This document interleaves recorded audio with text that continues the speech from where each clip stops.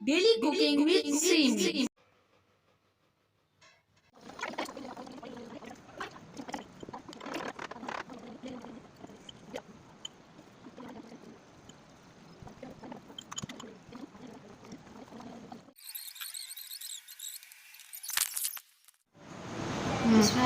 अस्सलाम वालेकुम, welcome to the daily cooking में सीमी। आज हम बना रहे हैं बिहारी कबाब।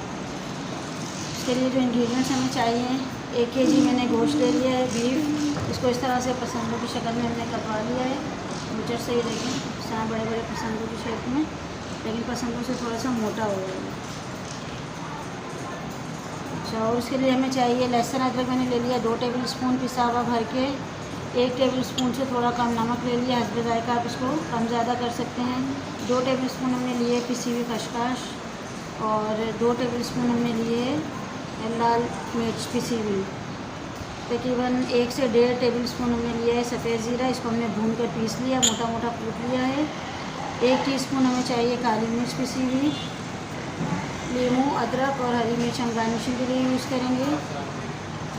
2 से 3 प्याज हम लेंगे मीडियम साइज़ के, इनको मैंने ब्राउन करके पीस लिया है, शेप में आ गई है। तकरीबन 1 टीस्पून जो है वो मैंने ले लिया है गरम मसाला पिसा हुआ।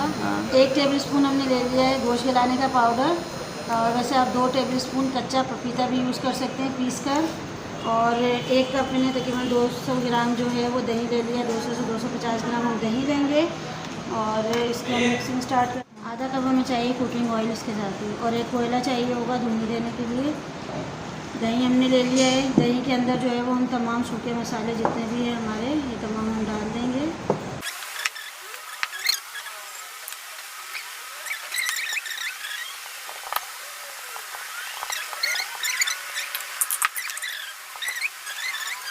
इसको हाथ से अच्छी तरह से मिक्स कर लेंगे, तमाम पसंदों पर लग जाएगी। और इसको हम 2 घंटे के लिए, कम से कम 2 घंटे के लिए मैरिनेट कर देंगे। आप ओवरनाइट भी कर सकते हैं, 6 घंटे भी कर सकते हैं। कम से कम मैरिनेशन 2 घंटे के लिए इसको हम मैरिनेट करके रख देंगे। और 2 घंटे इसकी मैरिनेशन मस्ट है, ताकि ये अच्छी तरह से इसके अंदर इसका टेस्ट जो है वो आए आपके सामने निकल के। आप इसको ओवरनाइट भी मैरिनेट कर सकते हैं। 2 घंटे के बाद हम इसको आपको कुकिंग स्टाइल बताते हैं। ये देखिए हर तरफ से मसाला इसमें अच्छी तरह से लग गया है। ऑयल हमने आधा कप गरम करने के लिए रख दिया था, ऑयल हमारा गरम हो चुका है। अब ये जो पसंद है हमने 2 घंटे पहले मैरिनेट करके रखे थे, इनको हम इसके अंदर डालेंगे।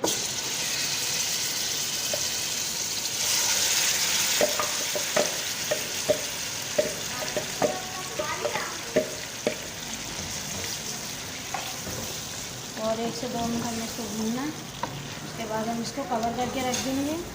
ये अपनी स्टीम के अंदर, इसी मसाले के अंदर जो है वो गल जाएंगे। तकरीबन आधा घंटा इनको लगेगा गलने के लिए। आधे घंटे के बाद हम चेक करेंगे। वैसे इसमें पानी की ज़रूरत नहीं है, अगर ज़रूरत हुई तो हम इस्तेमाल करेंगे। तो हम कवर कर दें। कवर करने के लिए, कवर करने के बाद जो है वो हम इसको 1-2 दफ़ा बीच में चेक कर लेंगे। पसंदे हमारे गल चुके हैं, तकरीबन 1 घंटा लिया है इन्होंने। अगर आप जल्दी गलाना चाहें तो उन्हें कुकर में भी गला सकते हैं। ये देखें बिल्कुल तेल हमारा अलहदा हो गया मसाले से।